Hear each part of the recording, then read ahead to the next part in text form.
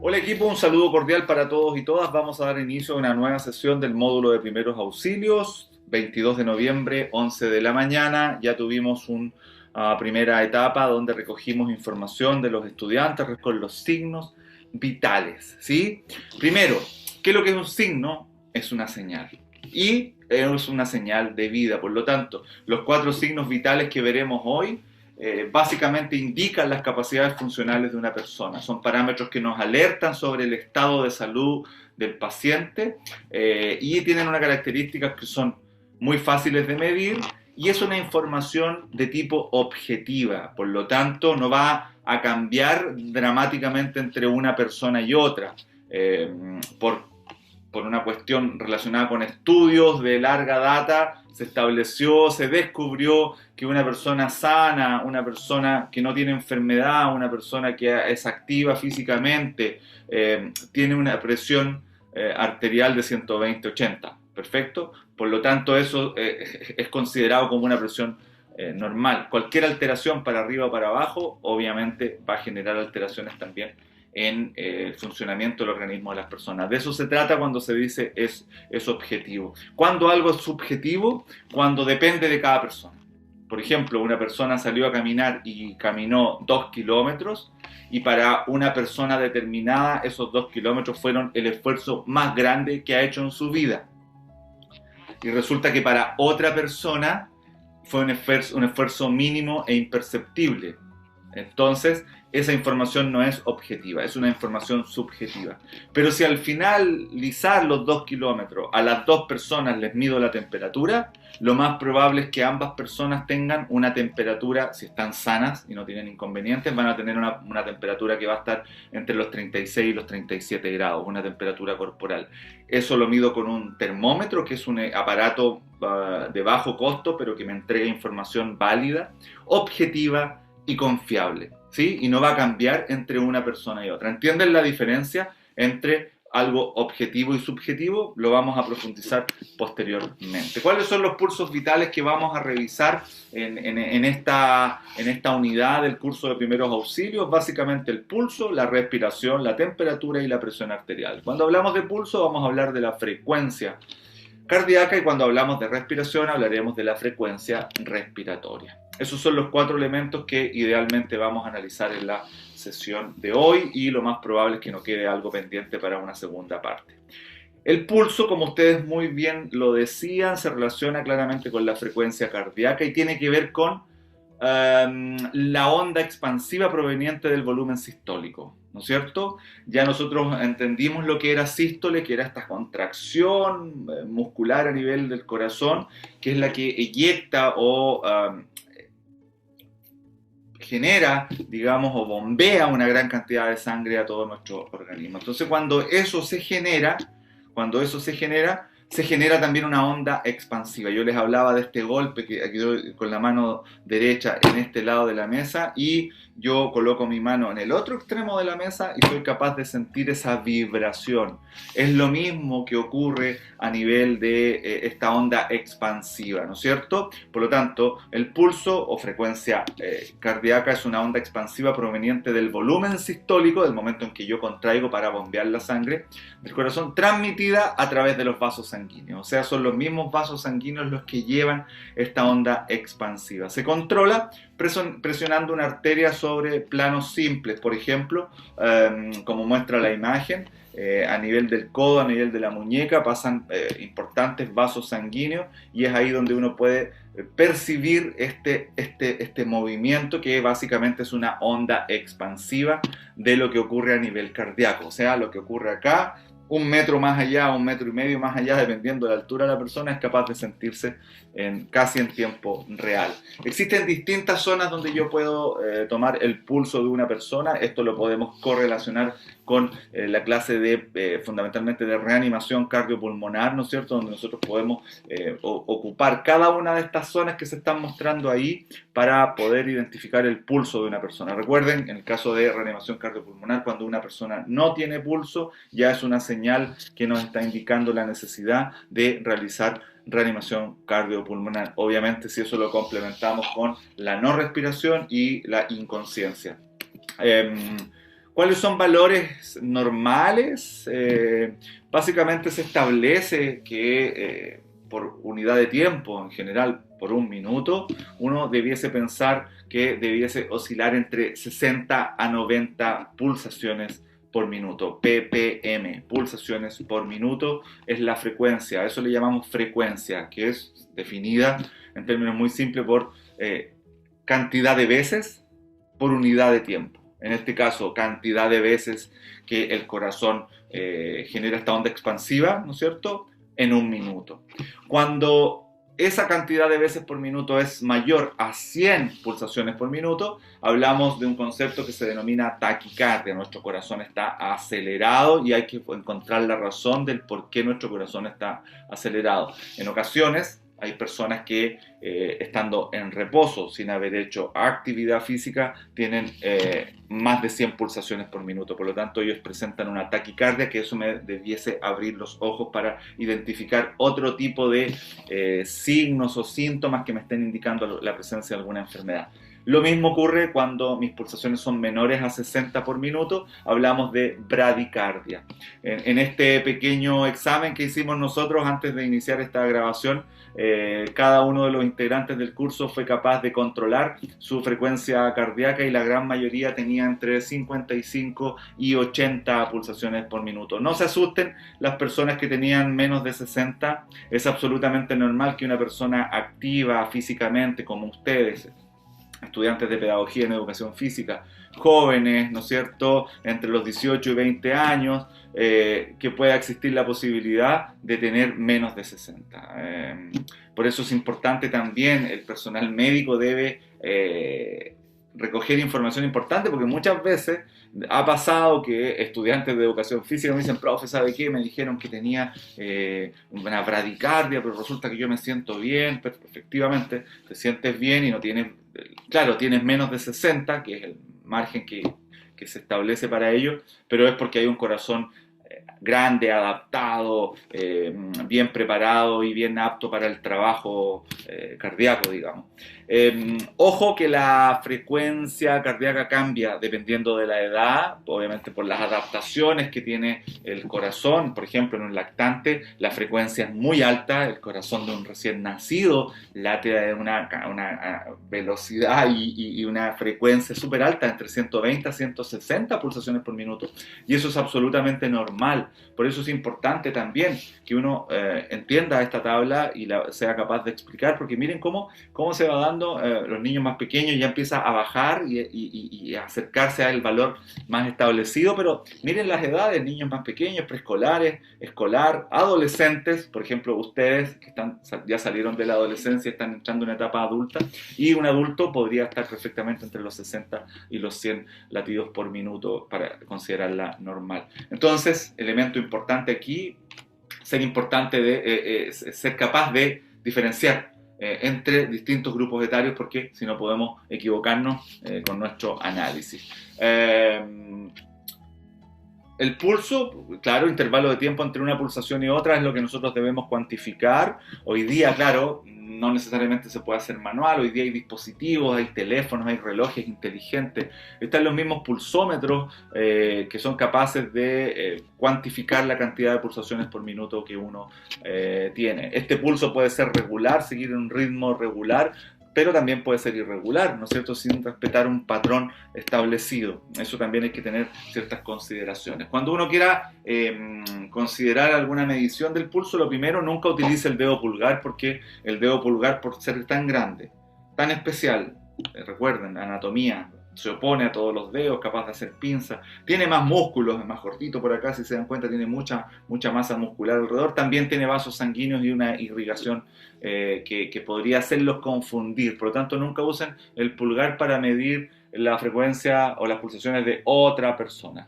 Utilicen idealmente el dedo medio y el índice. No tome el pulso al paciente si está realizando algún tipo de ejercicio, porque obviamente esto va a alterar el ritmo de la persona, ¿sí? O, por ejemplo, si usted entrena a un grupo de deportistas y necesita saber con qué frecuencia cardíaca llegan al entrenamiento, ¿no es cierto?, para hacerse una idea de varios aspectos. Pero, por ejemplo, ese estudiante antes de llegar al entrenamiento tuvo que salir arrancando de un perro que lo persiguió durante 2 cuadras. Por lo tanto, primero le dio un susto tremendo y segundo, corrió y corrió y corrió. Por lo tanto, va a llegar al entrenamiento con la frecuencia cardíaca muy alta. ¿Cómo lo hacemos? Básicamente con el dedo índice y medio, presionamos suavemente la arteria radial en este caso, en la parte externa de la muñeca, en dirección al pulgar. Recuerden la radialización, pero por ahí también pasa una arteria radial. Localizamos el pulso y cuente durante 1 minuto la frecuencia valorando el ritmo y la intensidad. Si tiene dudas, repita el procedimiento, haga las anotaciones necesarias para ir comparando también, por ejemplo, antes o después del ejercicio, en fin. Ahí usted va decidiendo para qué lo puede ocupar. Eso en términos de la frecuencia cardíaca, ¿no es cierto? Es un universalmente muy utilizado. Es más, en términos de programación de ejercicio físico, muchas veces se trabaja con la frecuencia cardíaca, a pesar de que es un valor muy controversial también, porque puede verse alterado por distintas razones, pero hoy día es lo que se utiliza con mucha frecuencia para poder establecer, por ejemplo, rangos de trabajo, de entrenamiento, y habitualmente hay entrenadores o entrenadoras que dicen, bueno, hoy día vamos a trabajar a un 80% de nuestra frecuencia cardíaca máxima, teórica, y ahí aparecen una serie de formas para poder establecer cuál es, dependiendo la edad de la persona, su frecuencia cardíaca máxima teórica. De ahí, a través de una regla de 3, se saca qué porcentaje yo estoy trabajando o qué porcentaje necesito trabajar. Respecto a la frecuencia respiratoria, estimado equipo, uno podría pensar que es algo muy similar, es cantidad de veces también, por unidad de tiempo, pero aquí es de respiraciones. Y lo primero que tenemos que definir es lo que es la respiración. Y en términos más específicos, la respiración es un mecanismo que se utiliza para poder generar en nuestro organismo, a través de nuestros distintos órganos, músculos y específicamente a través de las células de cada una de estas estructuras, es generar un intercambio gaseoso. Como yo les decía, entra oxígeno y sale CO2. Un elemento muy importante del aire que nosotros estamos respirando, del aire ambiental,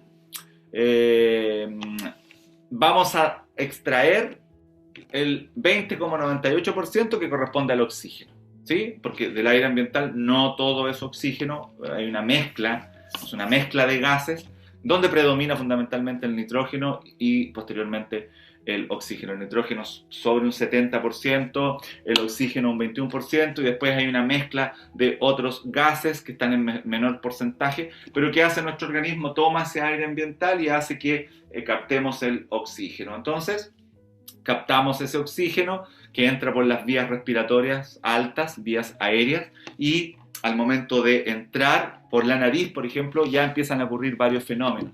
Primero, ese aire tiene que ser filtrado, tenemos que sacarle todas las impurezas, por lo tanto los pelitos de la nariz, las mucosas de las vías aéreas también hacen su trabajo, porque no solamente lo van a limpiar, sino que también lo van a entibiar, lo van a calentar, porque el aire muy frío no nos sirve, porque hace colapsar nuestros alvéolos. Por lo tanto necesitamos un aire que esté a una temperatura adecuada. Por lo tanto, nuestras mucosas, que son ese tejido medio rojo que se ve en las vías aéreas, lo que hace es que tiene mucho vaso sanguíneo y eso hace que se caliente, porque la sangre está a una temperatura, como lo hablábamos anteriormente, de 36 a 37 grados. Por lo tanto, limpiamos de impurezas, calentamos el aire, lo humedecemos también, y lo ordenamos respecto al flujo. Un aire que entra muy violentamente, muy desordenado, lo que hacemos es ordenarlo para que llegue al alvéolo muy limpio, calentito, húmedo y a un flujo adecuado, que no vaya tan violentamente, porque si no, recuerden, aquí teníamos nuestro alvéolo, un alvéolo, porque allá tiene que llegar. Y el alvéolo es la unidad básica, unidad básica, estructural y funcional del pulmón, es como el elemento donde se genera el intercambio gaseoso. Yo les mostraba con este lápiz Bic que aquí entra el oxígeno y finalmente por este lápiz café sale el CO2. Todo eso ocurre a nivel del alvéolo y obviamente de aquí esto está conectado a través de una red vascular que llega a cada uno de los rincones de nuestro cuerpo para que a nivel de las células específicas se vaya generando también este intercambio gaseoso. La respiración tiene dos fases, esto es de tercero básico, ¿no es cierto? Cuarto básico. La inspiración, cuando yo tomo y capto ese aire, y la expiración es cuando yo elimino. ¿Qué podemos decir respecto a la inspiración? Se genera gracias a la contracción de algunos músculos importantes. El primero es el diafragma, que es el motor primario, el músculo más importante en la inspiración.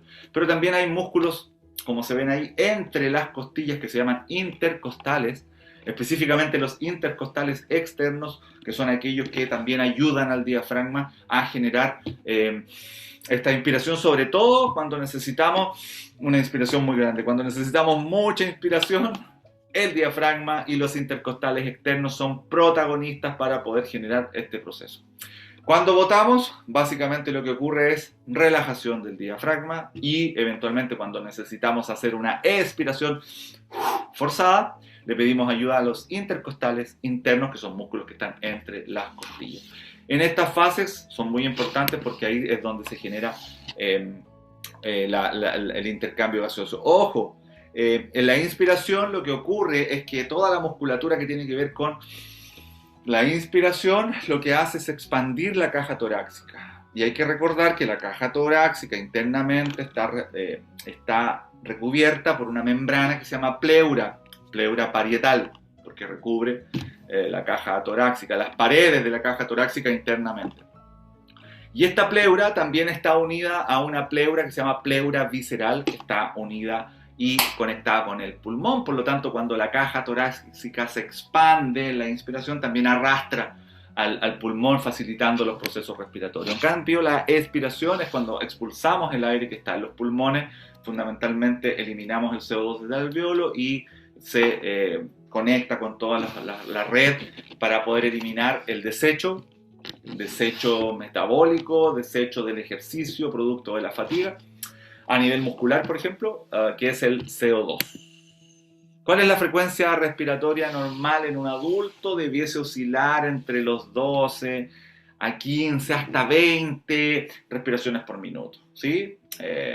Pero también, dependiendo de la edad, un recién nacido, un lactante, un niño pequeño, un niño, un adolescente, un adulto, también va cambiando. Hay una mayor frecuencia respiratoria, sobre todo en el recién nacido, y una frecuencia cardíaca también mayor en el recién nacido. Después, a medida que vamos creciendo y nos consolidamos en nuestro crecimiento, nuestro organismo se adapta a ese nivel de respiración. Por lo tanto, si usted está en reposo hoy día en su casa, cuente cuántas veces respira en un minuto. Lo más probable es que lo haga entre 12 a 20 veces por minuto. Algunos elementos, consideraciones que uno debe tener si quiere medir o determinar esto, básicamente tiene que ver con contar las respiraciones durante un minuto, observando las características y hacer las anotaciones correspondientes. Entonces uno podría decir, oye, el tórax se expande más, se expande menos, la persona tiene una respiración que es más superficial, otra más profunda, se ve que la persona no tiene ningún esfuerzo, esta otra persona hace mucho esfuerzo, tiene una respiración tan superficial que a veces se nota que tiene una dificultad para respirar. Ahí aparece la disnea, que son conceptos que vamos a ir estudiando posteriormente. Equipo, con esto terminamos la primera parte de signos vitales. Hicimos una introducción espectacular en la primera media hora, donde hablamos de los 4 signos vitales que vamos a estudiar, fundamentalmente frecuencia respiratoria, frecuencia cardíaca, temperatura y presión arterial. Y ahora, desde la teoría, hemos analizado las 2 primeras, frecuencia cardíaca y frecuencia respiratoria. Para la próxima sesión nos vamos a concentrar en la temperatura y particularmente en la presión arterial, considerando que hoy día la presión arterial es un temazo, porque recuerden, cuando la presión arterial está alterada hacia el alza, hablamos del concepto de hipertensión, que hoy día está muy de moda y que mata a muchas personas. Por lo tanto, recuerden, hoy día nos encargamos de estudiar pulso y respiración, y la próxima sesión nos vamos a encargar de estudiar temperatura corporal y presión arterial. Con esto llegamos al final de esta nueva sesión del módulo de primeros auxilios para la carrera de Pedagogía en Educación Física de la Universidad de los Lagos. Con esto, un saludo cordial, me despido, muchas gracias.